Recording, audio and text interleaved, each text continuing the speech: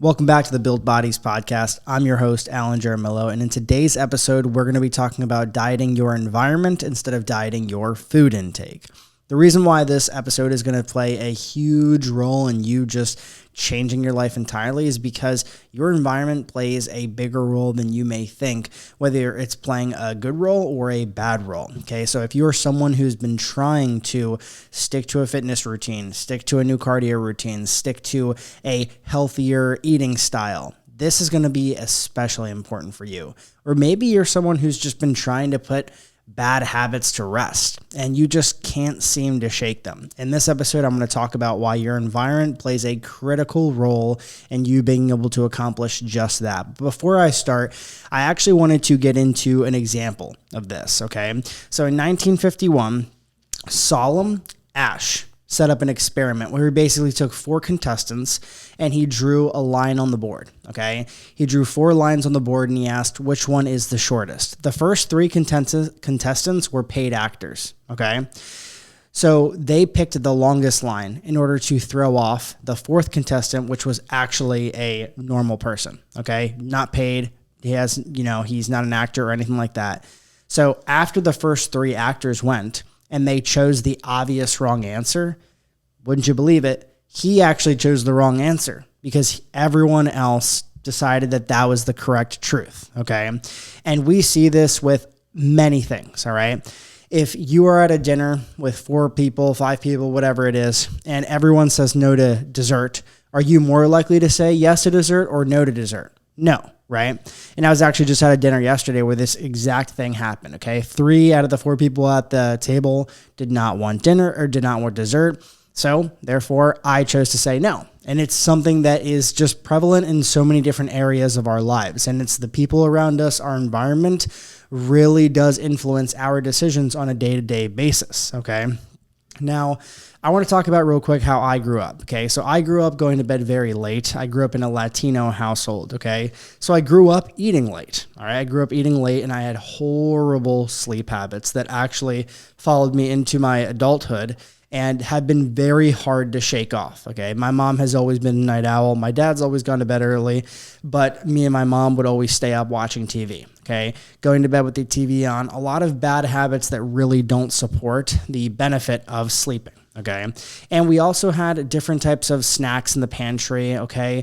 You could always go to our house and expect to find some type of good snack in the pantry. And the reason I'm sharing this with you is because I have totally recreated my own personal life and my own environment and my own habits. Okay. They're totally different from the ones that I grew up with. So if you're someone who is struggling to shake that identity that you grew up with or shake those habits that you got from your parents, got from family members, whatever it is, just know that it is very possible to totally change your fucking life and find this new version of yourself. Because really what this ultimately comes down to is an identity change. And this identity change is ultimately going to come from changing your environment, okay? So let's get into the 5 pillars that actually influence fitness results, all right? Number 1 is sleep environment, food environments, number 2. Number 3 is community environment. And number 4 is temptation environment, okay? So let's first start off with sleep and why this is so important, okay? Sleep is very important for the recovery process, but as well as how your brain recovers, okay? And in relation to how this influences your body fat percentage and your results, okay, they've done multiple studies. One that I will point out compared 5.5 hours of sleep versus 8.5 hours of sleep, and they found that the people who had decreased sleep, they lost a fraction of the weight by like 55% compared to the people who slept more than 8 hours. And I can link that in the show notes below.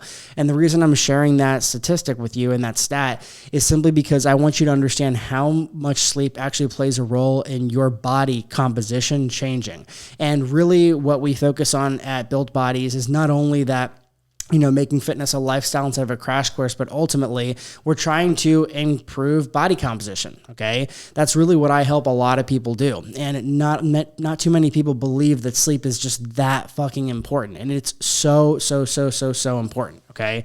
So one of the things that you can do in terms of an environment standpoint to get better sleep is going to be making sure that your room is cold, okay? We slip into different levels of sleep with our heart rate, okay? So if we have a colder environment, it's going to be much easier for us to get our heart rate down.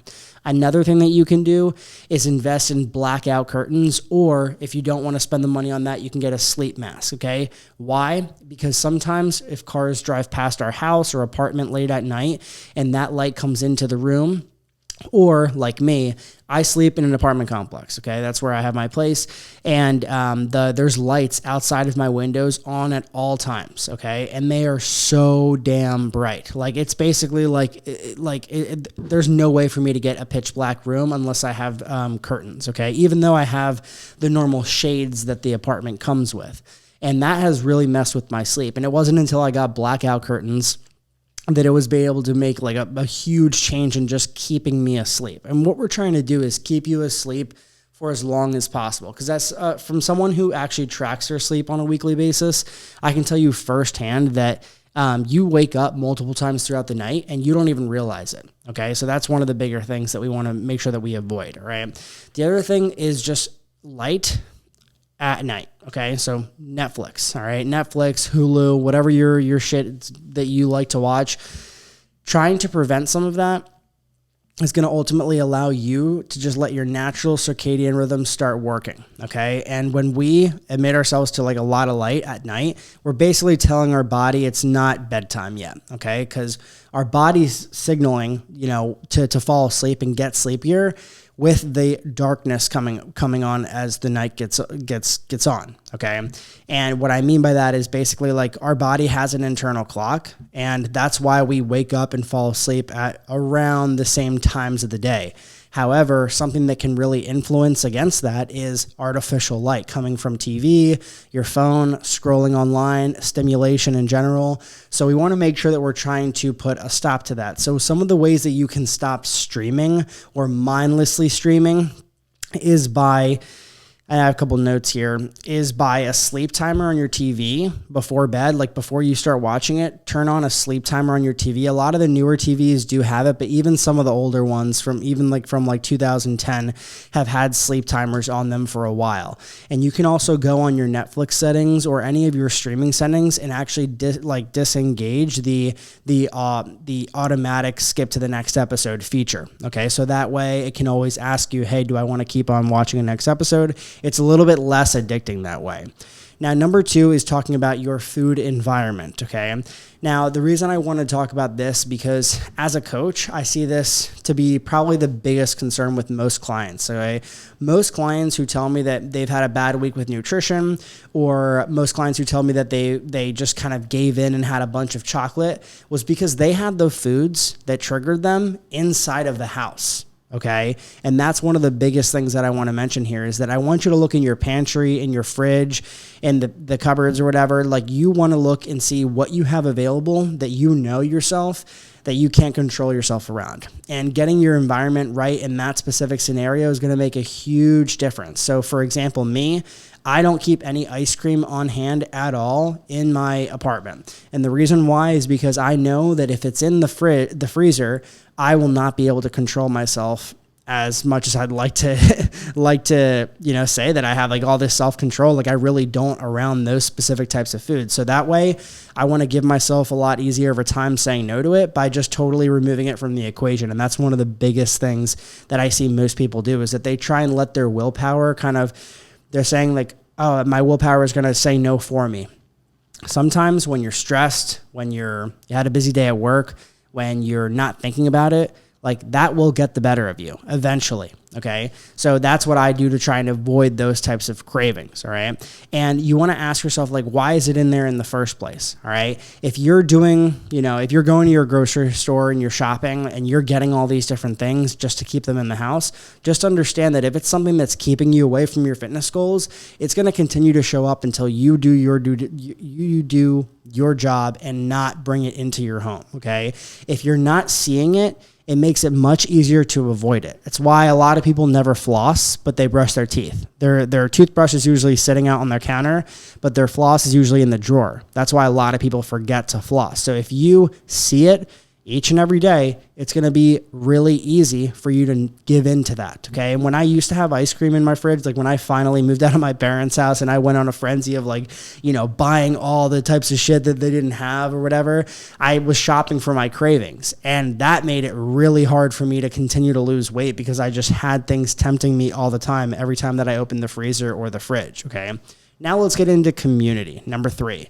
So the reason why I wanted to bring this up is because a lot of us grew up in the same friend groups, okay? A lot of us grew up in the same friend groups, whether we met them through work, high school, sports, whatever it is.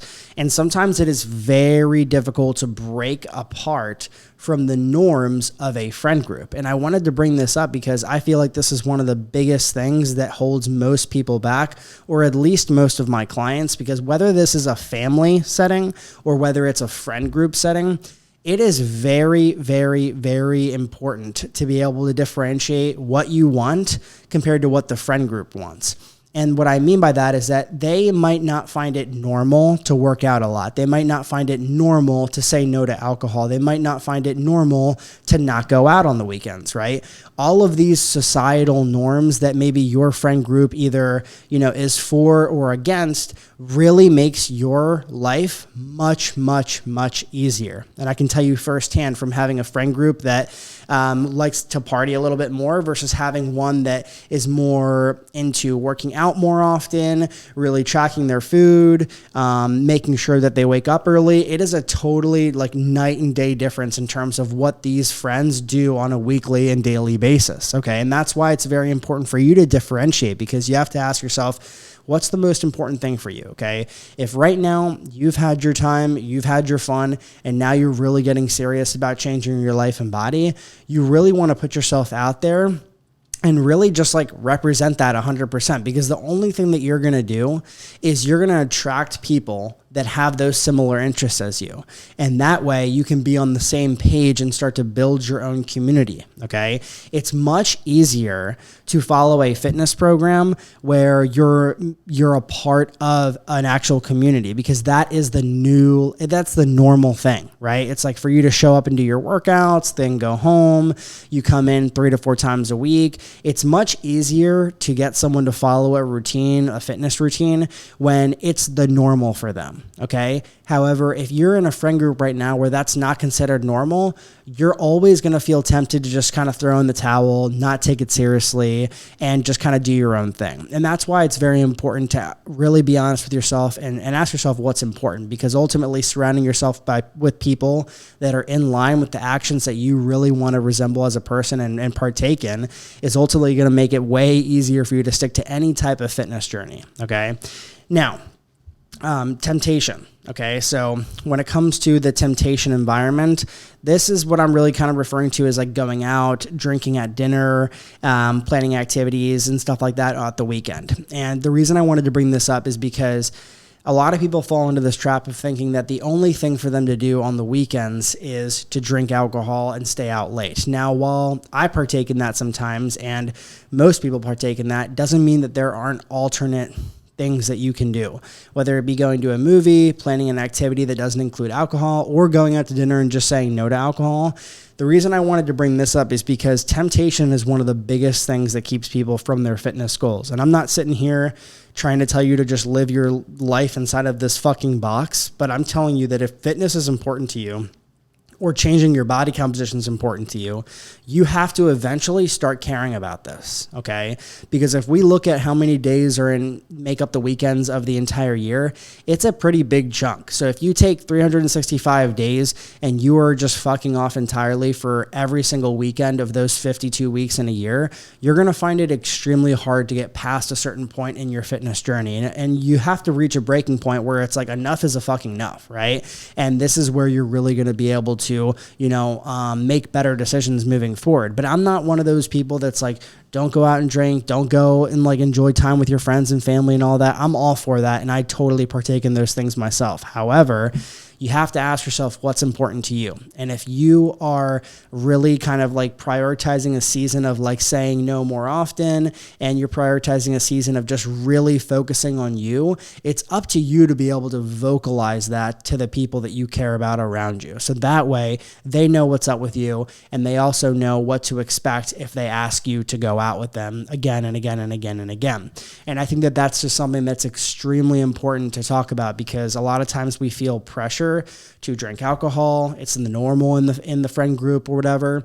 And sometimes like if you say that you don't want alcohol, everyone's like, what's wrong with you? Like, are you okay? It's like, nah, man, I'm just like not drinking tonight, you know?